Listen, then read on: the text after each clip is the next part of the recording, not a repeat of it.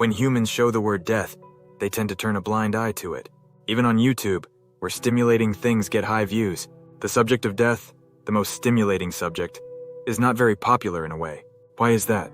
Our unconsciousness tries to avoid death-related things as much as possible, because death is what humans fear the most, and trauma in itself. So many people think that just ignoring death is the way to live happily. However, it's worth noting that experts say in unison that in order to be happy, you need time to think seriously about death. Think of factory-built cars as our human lives. Someone becomes a light car. Someone becomes an electric car. Someone becomes a truck. They have different natural features, and someone runs 100,000 km and someone runs 1 million km. That's how it seems like we're living a different life. But one day, parts will fly out or be replaced by newly released cars, and eventually we all face the same fate in the junkyard. Likewise, all human beings are eventually dragged to death without exception. Everyone will die anyway. Just live your life roughly. Now is the time to think about it. You can think of it as tired and already thinking about it. However, most people on the verge of death experience enormous feelings of regret for their past lives later, and end their lives unfortunately.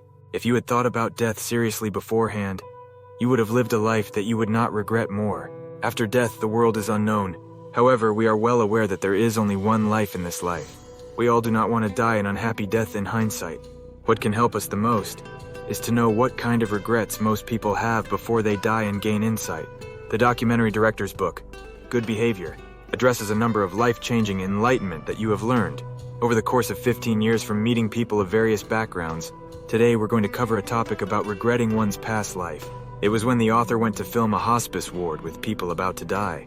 The author went to a resting place upstairs to take a break during the filming. Then a skinny person, unknown whether it was a man or woman with a shaved head, talked to me. Have you ever felt grateful to wake up in the morning? She looked closely and found herself in her early 30s. I can't even swallow water anymore after the end of my stomach cancer. I don't think there will be any regrets if I swallow a glass of cold water myself. The author gave no answer, but the woman continued on. What I feel now? Why didn't I know then? Why did I just think it was natural at the time? You know, getting old is a blessing. I'm a person who is deprived of the opportunity to get old. When the writer heard this, it appeared that they hit each other in the head. I thought getting old was a blessing, but would anyone else think it was a blessing? Obviously, getting old was a blessing from his point of view. Would anyone feel grateful for a sip of water?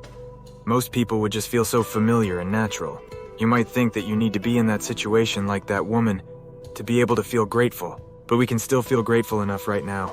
The way it works is to imagine for a moment whether I can live my life properly without it, no matter how much I feel taken for granted in my daily life. If you come to the conclusion, yeah, this is indispensable to me, that might give you a reasonable reason to be grateful enough. In addition, very good attitude introduces what the 1000 terminal cancer patients commonly said they regret the most.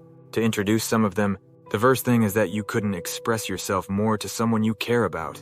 We live our lives with the things we wanted to express in our hearts, such as thank you, love you, sorry, and even hate. Sometimes these unresolved emotions don't go away after many years.